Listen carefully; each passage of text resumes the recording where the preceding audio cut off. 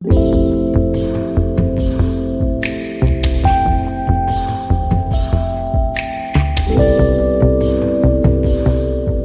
guys. Welcome to the Class Guy Show. My name is Bright. This is Arnolia Robinson. I'm Arnolia Robinson Graham. All right, so today we have Miss Robinson over here. Today's episode is special. We're gonna talk about money and how to save, invest, and yeah, basically savings. That's all. Yeah. So today's question. The reason why we have just two people over here today. It was supposed to be four, but yeah, we just show one person. So we're just gonna ask Miss Robinson some questions. How do you think you could save money more in high school as a student? As a student saving money, the first thing I would suggest to you all is to be accountable for all the income that comes in. Yeah. So if you're getting $250 a week, I would write down all of my expenses. I would know where every dime of my money is going. That's a budgeting strategy, just to list all your bills. Another thing you want to do is you want to try to pay yourself first. So of that 250, let's say you take 10%, $25, and you put that away every payday. And you do that first. You put that $25 away first. So if you're getting paid every week, you'll have $100 saved every month. It doesn't seem like a lot, but as you go throughout the course, it will increase. It will be a lot of money. $1,200 by the end of the first year. So like, how do you think it's gonna be good for you to like save more, even if you're getting 280 or 250 bucks every week? What are the chances where you could save to get more money to save for college? Let's say you start as a freshman, trying to save up. Would it be enough, or what are the kind of side stuff that you could do to get more money? Okay, so one thing that I do for my son is we save on what is called an Acorns app. Are you all familiar with the Acorns app? I've seen ads and stuff. Okay, so I download it to my phone. Like I was saying, that 10%, so that $250, I would have, if I'm getting paid weekly, I would have $25 come out every week to go into that app. It's a roundup app. So when you have a roundup app, when you make purchases on your credit card, it'll round up the price to a certain amount, and it'll also pull that out of your account. So currently I'm rounded up to the highest amount, which is 10 times. So I have quite a bit. I use that card quite a bit. So there's maybe about $600 coming out. I do $75 a week. Wow. Because I'm trying to save money as quickly as possible, because each year I decided that I would save $25 a week for him. So 25 times 52 weeks is $1,300. So of course we reached that milestone, that $1,300 within like 3 months because of the amount that I'm saving. And from there we take that $1,300 and we invest it in something else. Wow. And I can share that as two, unless you have another question right now. I was gonna say like I feel like one of the problems is that people don't really save as much, right? People have problems with like saving money. Most kids just want to spend their money the moment they get it, right? What are some things you could do to like discipline yourself? Like, could you like maybe create like a savings account, something like that'll stop you from like spending so much money? Like, It was spending the yeah. The answer is no. Not to your question, but when I want to spend, the answer is no. Yeah, You know, for sure. have some discipline, have some restraint. You don't have to have. Is it something that you really, really need? Is it an emergency? You know, so the answer is no. I don't have to have these new shoes or this new pair of pants or this shirt or the latest phone, or I don't have to have those things. I'm saving my money. So I have to learn to tell myself no. I have to discipline myself. You can put money in a savings account, of course. It'll be an interest-bearing account. I find that investing money in savings account, the return is not that great because banks are not paying you that much to hold your money in a bank account. So what they do is they take your money and they invest it at higher interest rates, Dang. which makes them make more money. But then they give you Just a little small, piece, yeah. right? They give you the smallest percentage. Mm. So I look for things that would have greater turnovers, greater returns. One of the things I share with my students as far as investing is to invest in things like gold and silver. Number one, we're in inflationary period right now. Yeah. So the dollar is constantly losing value. And so silver and gold are things that are hedges against inflation.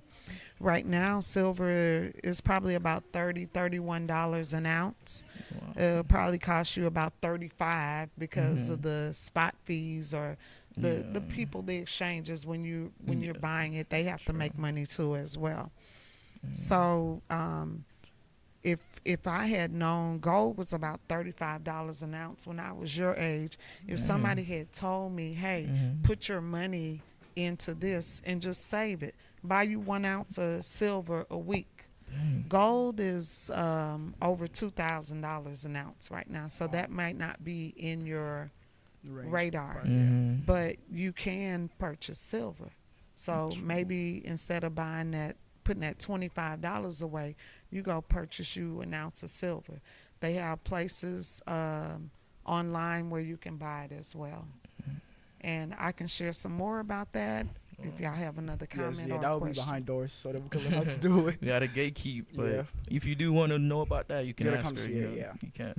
So, what are the kind of I'm gonna say side quests, or it's like some stuff that you could do on the side to get money to save up for college as a high schooler, apart from trading or investing. Something else to get money.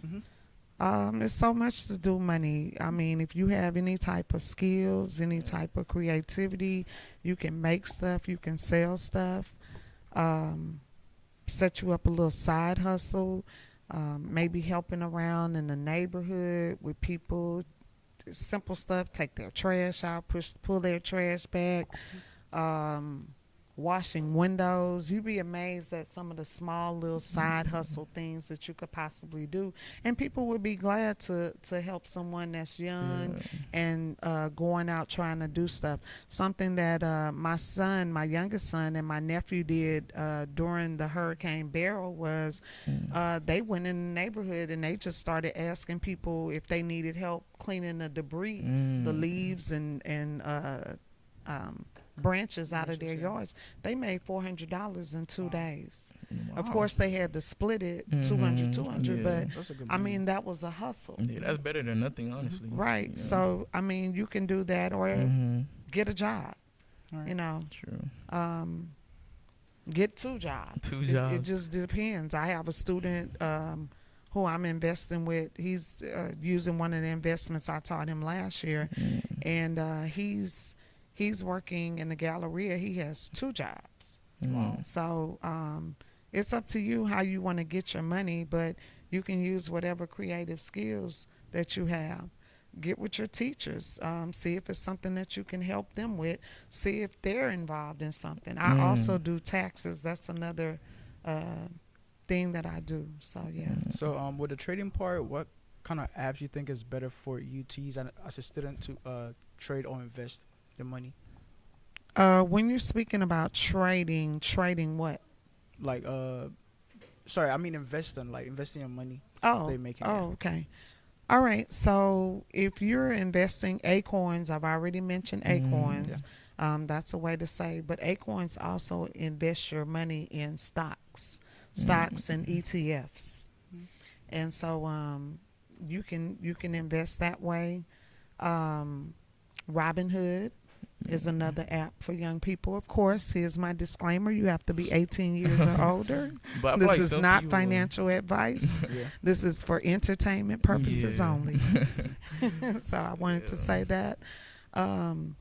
So Robinhood, you can buy digital currency, cryptocurrency, as well as you can invest in stocks. There are many stocks on there. And there are some other apps that you can buy stocks on. I'm a big cryptocurrency Yeah, person. we all know. We She all always know, she yeah. always be talking about She always talking XRP and about it, everything. yeah. Yeah, so I'm a big Yeah. cryptocurrency person. So some of the more regulated apps, Coinbase would be my number one recommendation For for you students? all. Absolutely. Right. Uphold is another one. That would be the second one that I would recommend. Right. You can also try crypto.com. There's a stadium. I can't remember. I think it's in Los Angeles. Hmm. The Yeah, basketball yeah. stadium. I believe I heard is something like named that. crypto.com. So cryptocurrency is a fast moving technology. I was gonna And- ask you one thing. Like, do you think that's the future, crypto? Would you say? Absolutely the future. It's all of the banks are Mhm. getting ready. All of the countries are putting in their regulations right now. Mm. The United States is very close to regulations since we have a new incoming president Mm. administration coming in. They're very crypto friendly. Mm. It's a way for financial freedom to be outside That's of the true. banking industry. I tell people all the time, I don't need the banks to control my money. True. Yeah. I'm a big girl and I can Mhm. make my own financial decisions. true. Yeah. So cryptocurrency gives you that financial freedom. However, there are risks Mm. involved, so you have to be careful with that. I would advise you all to be very educated on there. Mhm. Like you all may have a teacher that's educating you on Uh-huh. that Yeah. right now. So Yeah. listen to her, make good decisions, do your own research. That's very important. Yeah. And I was gonna like to ask, like, what are some risks that goes into, like, trading Bitcoin and things like that. there are these websites that pop up all the time, and they'll say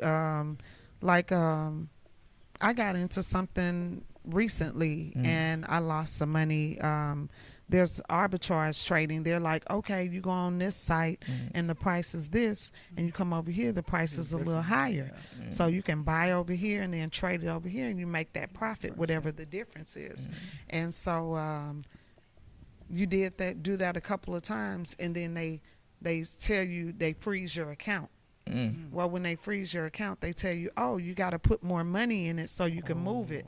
But that's not the case. They've frozen your account. They've taken your assets. Damn. So I tell people that are getting involved in this space, if it sounds too good to be true, it is. So stay on the safe sites like Coinbase, Uphold, Crypto.com. Stay on those safe sites. Research all of the technologies, because all of the coins are just technology. It's just new technology. It's a way to move money.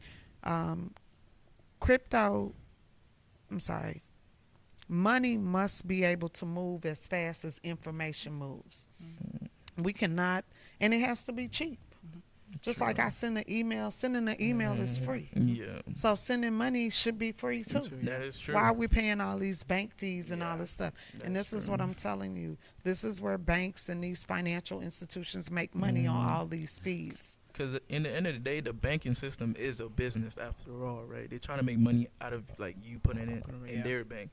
So when you stop doing that, that's like putting it in crypto or like Bitcoin. Like, that's gonna really, like, mess the bank up, So that's definitely, like, competition for them.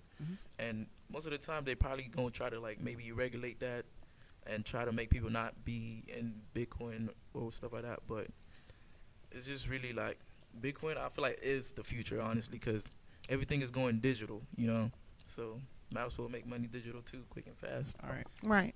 And why do I need a bank in my business? True.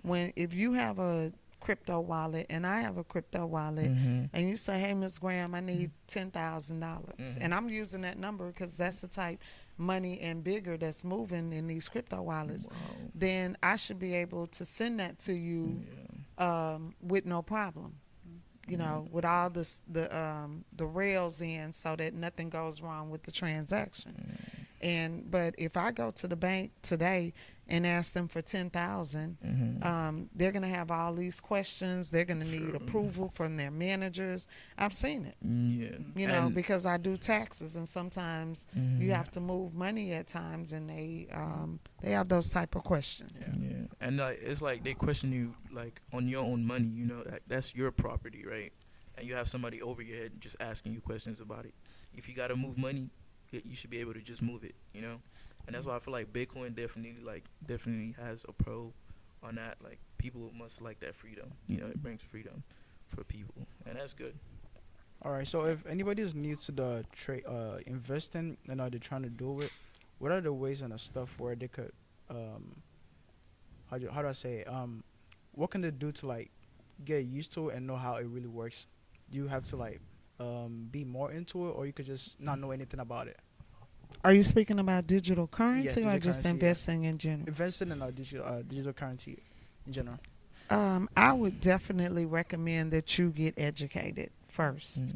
I kind of learned as I went, so I had some hiccups. I lost, I gained, I lost, I gained. You lose a Still lot? losing I feel like that sometimes. comes with it, right? Right, Like, that definitely, like, comes with the learning curve, and this yeah. is. But I would rather prepare myself so that it's not passed on to people that I'm sharing the information with. So definitely get educated about it, and then get some experience. Start out small, buy $5. Learn how to move those coins from one wallet to the next wallet. Look at that money and see how it increases. You know, when do I buy? Do I buy when the market is red? Do I buy when the market is green? You know, so look at these different things with a small bit of money. I always tell people never invest more money than you can afford to lose. Okay, so if you're putting $20 in, then hey, that's $20 I probably would have spent at Chick-fil-A or yeah. something like that. So never invest more money than you can afford to lose. Yeah. Get you some experience, get some education about it, and hey, I think we're gonna win big in this area. All right. Is there any final advice for the people trying to save who doesn't really stand on it to save more money?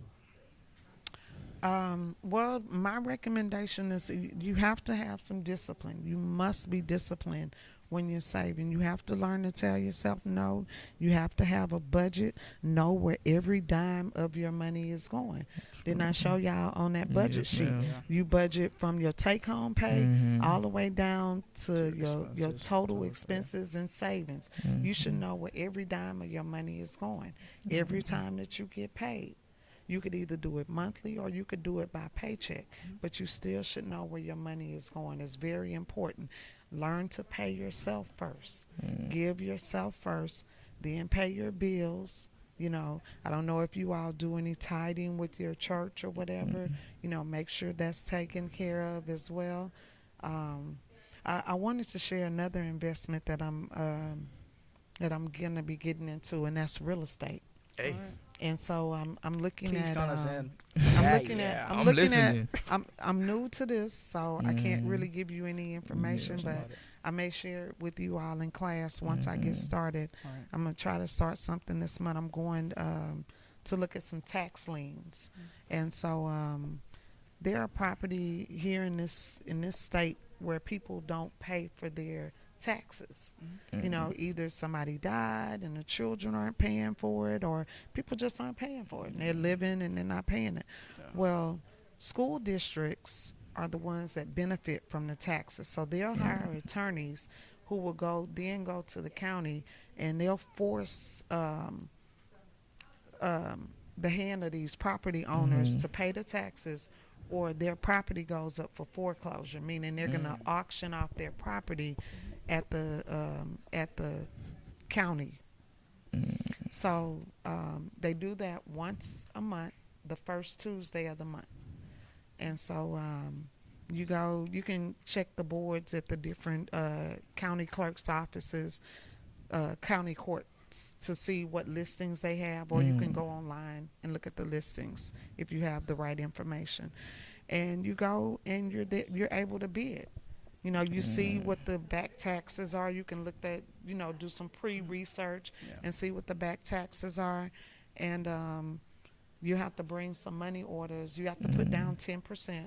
So let's say hypothetically, we bid it on a property and we won the bid, and we bid it 15,000 and we won the bid for 15,000.